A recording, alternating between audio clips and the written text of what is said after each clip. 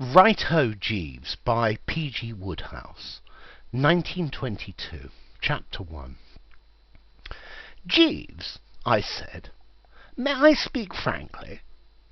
"Certainly, sir." "What I have to say may wound you." "Not at all, sir."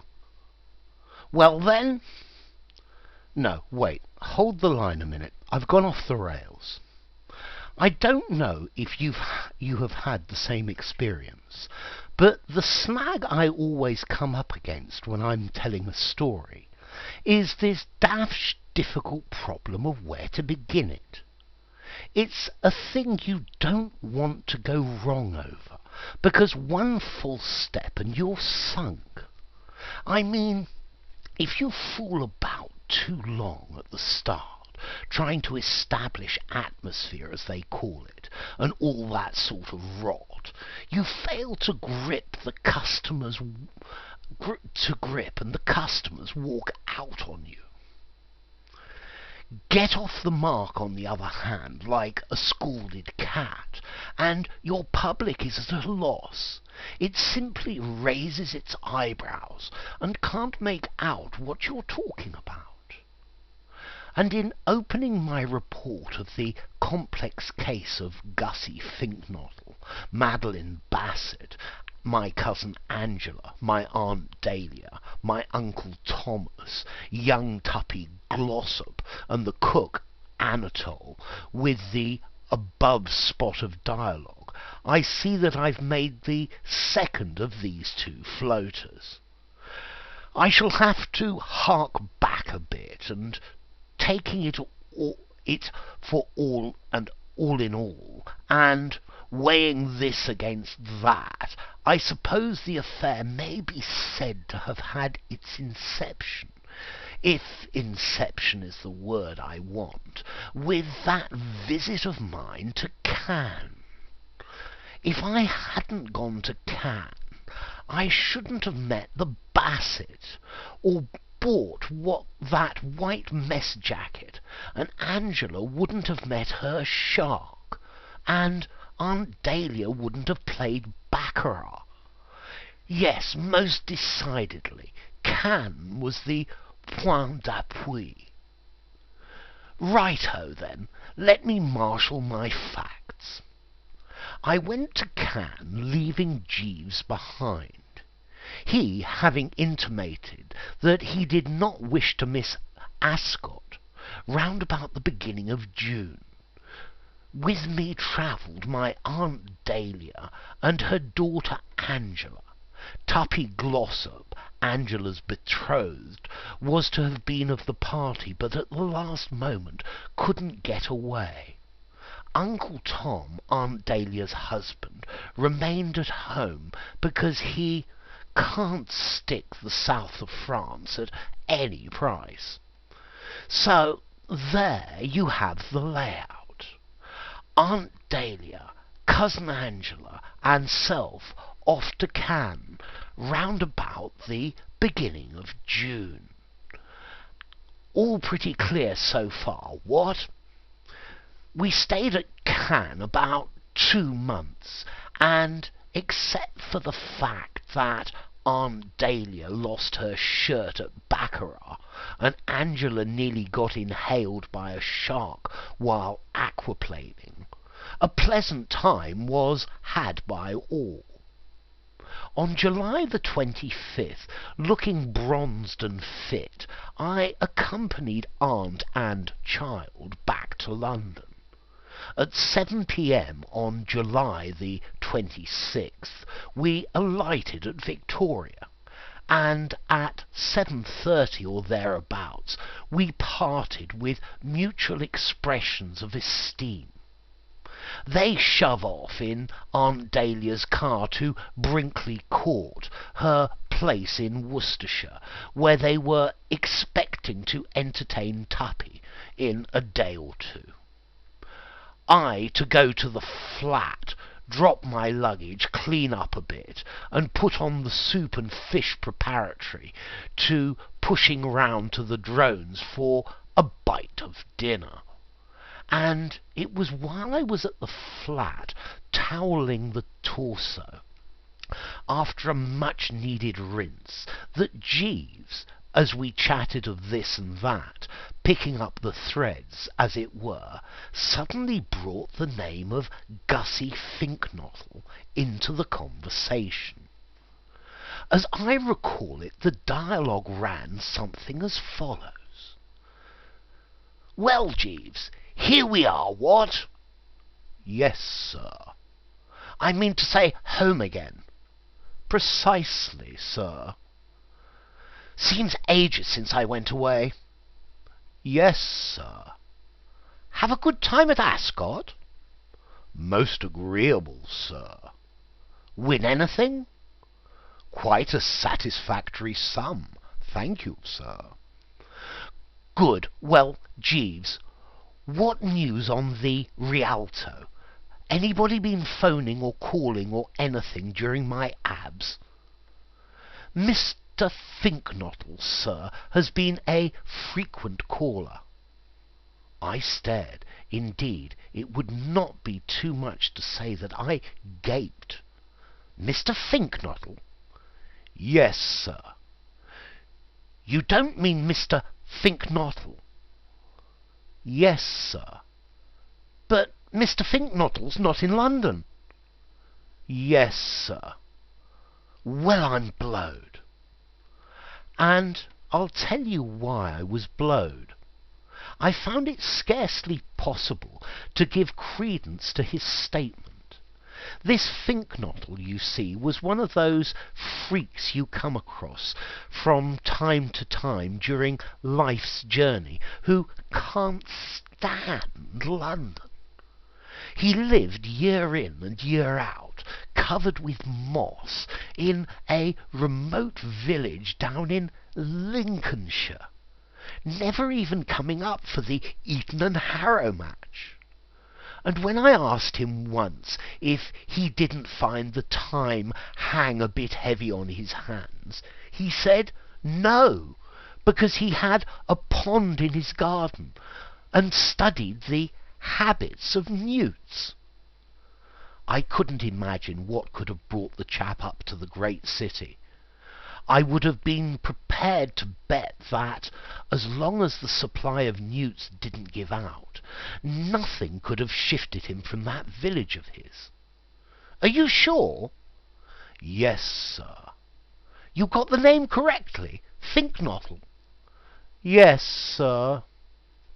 Well, it's the most extraordinary thing. It must be 5 years since he was in London. He makes no secret of the fact that the place gives him the pip. Until now, he has always stayed glued to the country, completely surrounded by newts. Sir? Newts, Jeeves. Mr. Finknottle has a strong newt complex. You must have heard of newts, those little sort of lizard things that charge about in ponds. Oh, yes, sir. The aquatic members of the family Salamandriae, which constitute the genus Mulga. That's right. Well, Gussie has always been a slave to them. He used to keep them at school. I believe young gentlemen frequently do, sir. He kept them in his study in a kind of glass tank arrangement, and pretty niffy the whole thing was, I recall. I suppose one ought to have been able to see what the end would be even then, but you know what boys are. Careless, heedless, busy about our own affairs. We scarcely gave this kink in Gussie's character a thought. We may have exchanged an occasional remark about it, taking all sorts to make a world, but nothing more. You can guess the sequel. The trouble spread. Indeed, sir? Absolutely, Jeeves. The craving grew upon him. The newts got him. Arrived at man's estate, he retired to the depths of the country and gave his life up to these dumb chums. I suppose he used to tell himself that he couldn't take them or leave them alone, and then found too late that he couldn't. It is often the way, sir. Too true, Jeeves.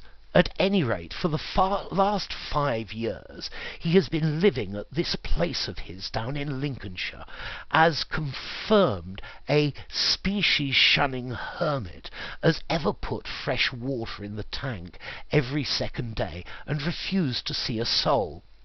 That's why I was so amazed when you told me he had suddenly risen to the surface like this. I still can't believe it. I'm inclined to think there must be some mistake, and that this bird has been calling here, and the bird who has been calling here is some different variety of finknottle. The chap I know wears horn-rimmed spectacles and has a face like a fish. How does that check up with your data? The gentleman who came to the flat wore horn-rimmed spectacles, sir, and looked something on a slab. Possibly there was a certain suggestion of the pi sign, sir. Then it must be Gussie, I suppose. But what on earth can have brought him up to London? I am in a position to explain that, sir. Mr. Finknottle confided to me his motive in visiting the metropolis. He came because the young lady is here. Young lady? Yes, sir. You don't mean he's in love? Yes, sir. Well, I'm dashed. I'm really dashed. I'm positively dashed, Jeeves. And I was too. I mean to say, a joke's a joke, but there are limits. Then I found my mind turning to another aspect of this rummy affair, conceding the fact that Gussie Finknottle, against all the ruling of the form book, might have fallen in love. Why should he have been haunting my flat like this? No doubt the occasion was one of those when a fellow needs a friend, but I couldn't see what had made him pick on me. It wasn't as if he and I were in any way bosom. We had seen a lot of each other at one time, of course, but in the last 2 years I hadn't had so much as a postcard from him. I put all this to Jeeves. Odd his coming to see me. Still, if he did, no argument about that. It must have been for a nasty jar for the poor perisher when he found I wasn't here. No, sir, Mr. Finknottle did not call to see you, sir. Pull yourself together, Jeeves. You've just told me that this is what he has been doing, and assiduously at that. It was I with whom he was desirous of establishing communication, sir. You? But I didn't know you had ever met him.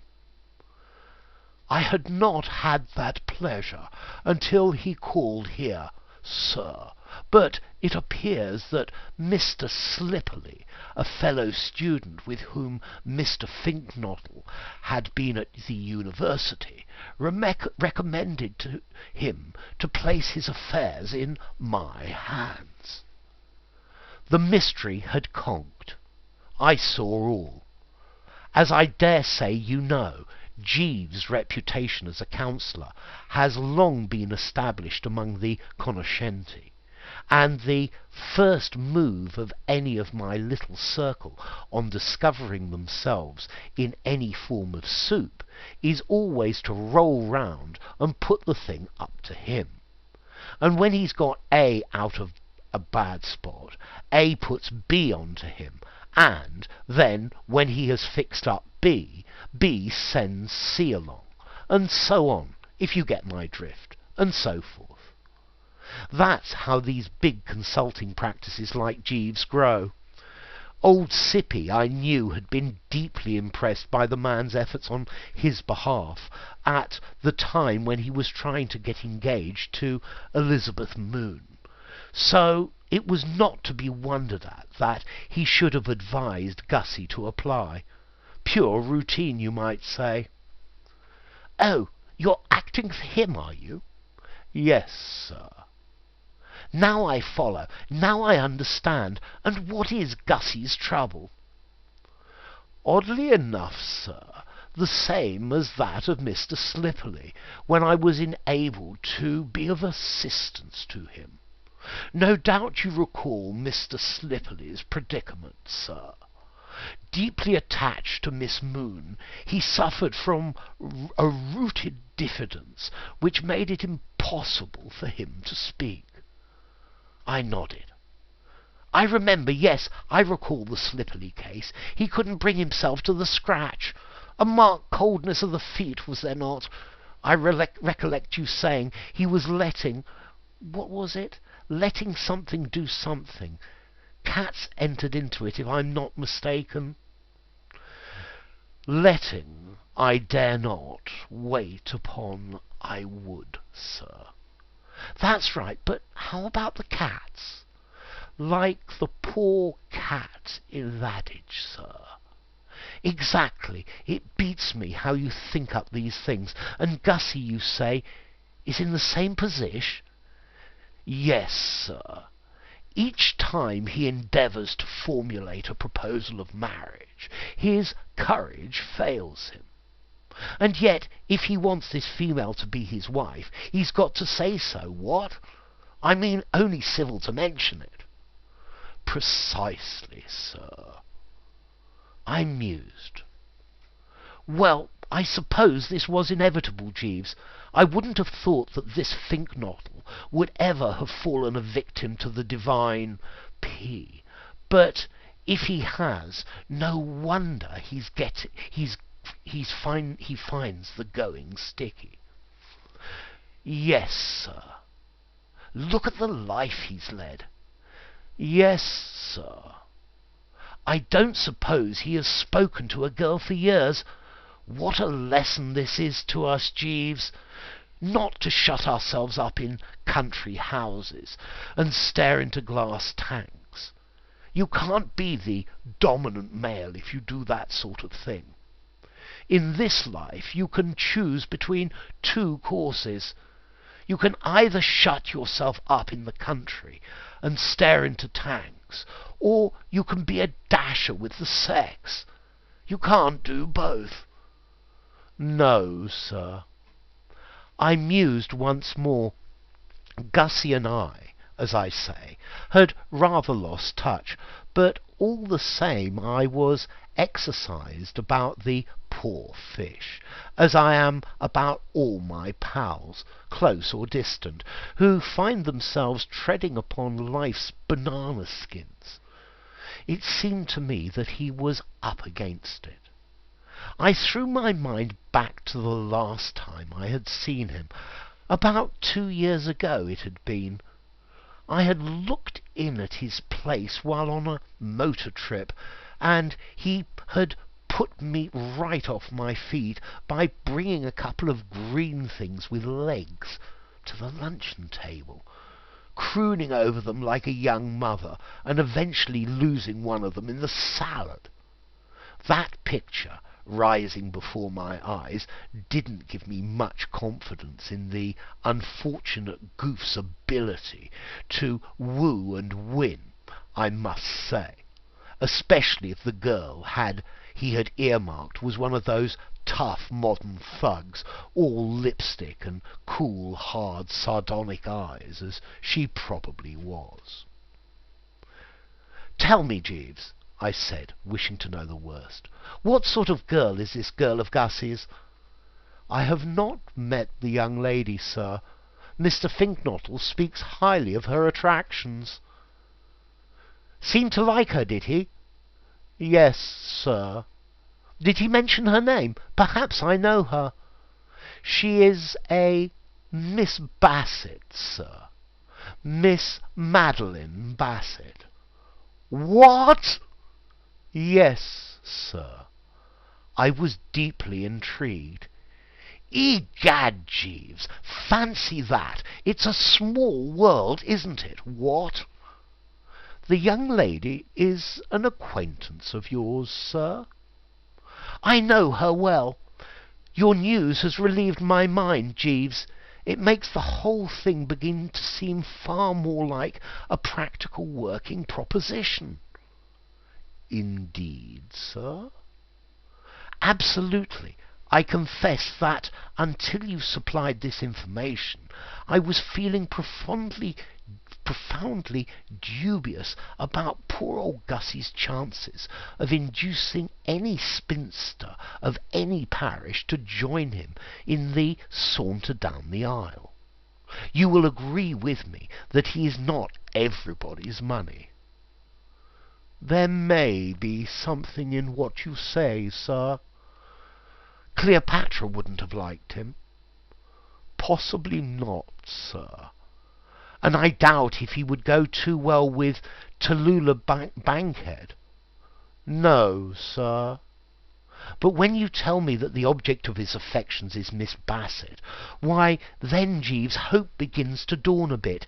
He's just the sort of chap a girl like Madeline Bassett might scoop with relish. This Bassett, I must explain, has been a fellow visitor of ours at Cannes. Had been. And as she and Angela had struck up one of those effervescent friendships which girls do strike up, I had seen quite a bit of her.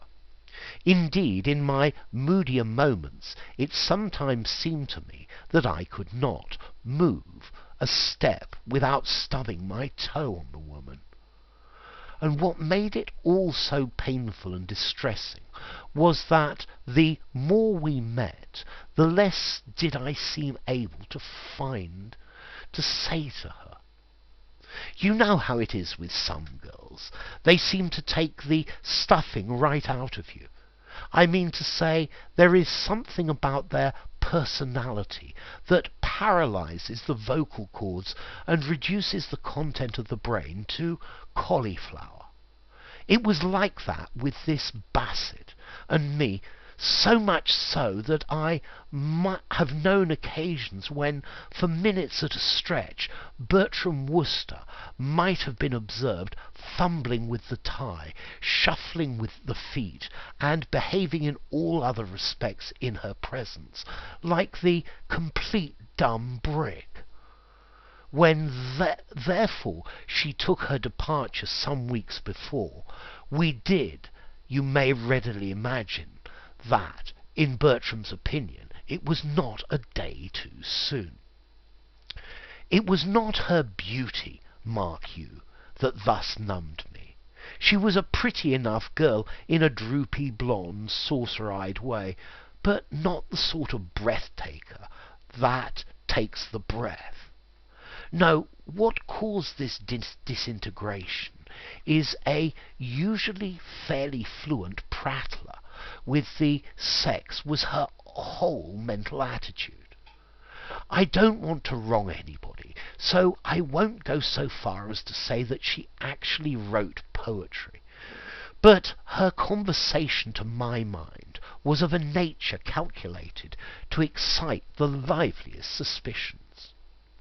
Well, I mean to say, when a girl suddenly asks you out of a blue sky, if you don't sometimes feel that the stars are God's daisy chain, you begin to think a bit.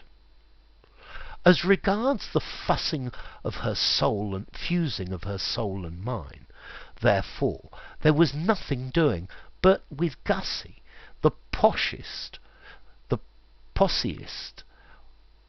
was entirely different. The posish was entirely different. The thing that had stymied me, viz. This girl, was obviously all loaded down with ideals and sentiment, and what not, was quite in order as far as he was concerned. Gussie had always been one of those dreamy, soulful birds. You can't shut yourself up in the country and live only for newts if you're not. and I could see no reason why, if he could somehow be induced to get the low, burning words off his chest, he and the Bassett shouldn't hit it off like ham and eggs. "She's just the type for him," I said. "I am most gratified to hear it, sir." "And he's just the type for her. In fine, a good thing, and one to be pushed along with the utmost energy. Strain every nerve, Jeeves." "Very good, sir," replied the honest fellow. "I will attend to the matter at once." Now, up to this point, as you will doubtless agree, what you might call a perfect harmony had prevailed. Friendly gossip between employer and employed, and everything sweet as a nut. But at this juncture, I regret to say, there was an unpleasant switch. The atmosphere suddenly changed, the storm clouds began to gather, and before we knew where we were, the jarring note had come bounding onto the scene. I have known this to happen before in the Worcester home. The first intimation I had that things were about to hot up was a pained and disapproving cough from the neighbourhood of the carpet, for during the above exchanges, I should explain, while I, having dried the frame, had been dressing in a leisurely manner, donning a sock, there a shoe, and gradually climbing into the vest, the shirt, the tie, and the knee-lengths, Jeeves had been down on the lower level, unpacking my effects. He now rose, holding a white object, and at the sight of it I realized that another of our domestic crises had arrived. Another of those unfortunate clashes of will between two strong men, and that Bertram, unless he remembered his fighting ancestors and stood up for his rights, was about to be put upon. I don't know if you were at Cannes this summer. If you were, you will recall that anybody with any pretensions of being the life and soul of the party was accustomed to attend binges at the casino in the ordinary evening wear trouserings topped to the north by a white mess jacket with brass buttons. And ever since I had stepped aboard the blue train at Cannes station, I had been wondering on and off how mine would go with Jeeves. In the matter of evening costume, you see, Jeeves is hidebound and reactionary. I had had trouble with him before about soft-bosom shirts, and while these mess jackets had, as I say, been all the rage, tout ce qu'il y a de chic on the Côte d'Azur, I had never concealed it from myself, even when treading the measure at the Palm Beach Casino, in the one I had hastened to buy, that there might be something of an upheaval about it on my return. I prepared to be firm. "Yes, Jeeves," I said, and though my voice was suave, a close observer in a position to watch my eyes would have noticed a steely glint. Nobody has a greater respect for Jeeves' intellect than I have, but this position of his to dictate to the hand that fed him had got, I felt, to be checked. This mess jacket was very near to my heart, and I jolly well intended to fight for it with all the vim of grandeur, old Sieur de Worcester at the Battle of Agincourt. "Yes, Jeeves," I said. "Something on your mind, Jeeves?" "I fear that you inadvertently left Cannes in the possession of a coat belonging to some other gentleman, sir." I switched on the Steely a bit more. "No, Jeeves," I said in a level tone. The object under advisement is mine. I bought it out there." "You wore it, sir?" "Every night." "But surely you are not proposing to wear it in England, sir?" I saw that we had arrived at the nub. "Yes, Jeeves. But, sir... You were saying, Jeeves? It is quite unsuitable, sir. I do not agree with you, Jeeves. I anticipate a great popular success for this jacket. It is my intention to spring it on the public tomorrow at Pongo Twistleton's birthday party, where I confidently expect to be one long scream from start to finish. No argument, Jeeves. No discussion. Whatever fantastic objection you may have taken to it, I wear this jacket. Very good, sir. He went on with his unpacking. I said no more on the subject. I had won the victory, and we Worcesters do not triumph over a beaten foe. Presently, having completed my toilet, I bade the man a cheery farewell, in generous mood suggested that, as I was dining out, why didn't he take the evening off and go to some improving picture or something? Sort of olive branch, if you see what I mean. He didn't seem to think much of it. Thank you, sir. I will remain in. I surveyed him narrowly. In this dudgeon, Jeeves? No, sir. I'm obliged to remain on the premises. Mr. Finknottle informed me he would be calling to see me this evening. Oh, Gussie's coming, is he? Well, give him my love. Very good, sir. Yes, sir. And a whisky and soda and so forth. Very good, sir. Right-ho, Jeeves. I then set off for the Drones. At the Drones I ran into Pongo Twistleton, and he talked so much about the forthcoming merry-making of his, of which good reports had already reached me through my correspondence, that it was nearing 11 when I got home again. And scarcely had I opened the door when I heard voices in the sitting-room, and scarcely had I entered the sitting-room when I found that these proceeded from Jeeves, and what appeared to be at first sight to be the devil. A closer scrutiny informed me that it was Gussie Finknottle, dressed as Mephistopheles.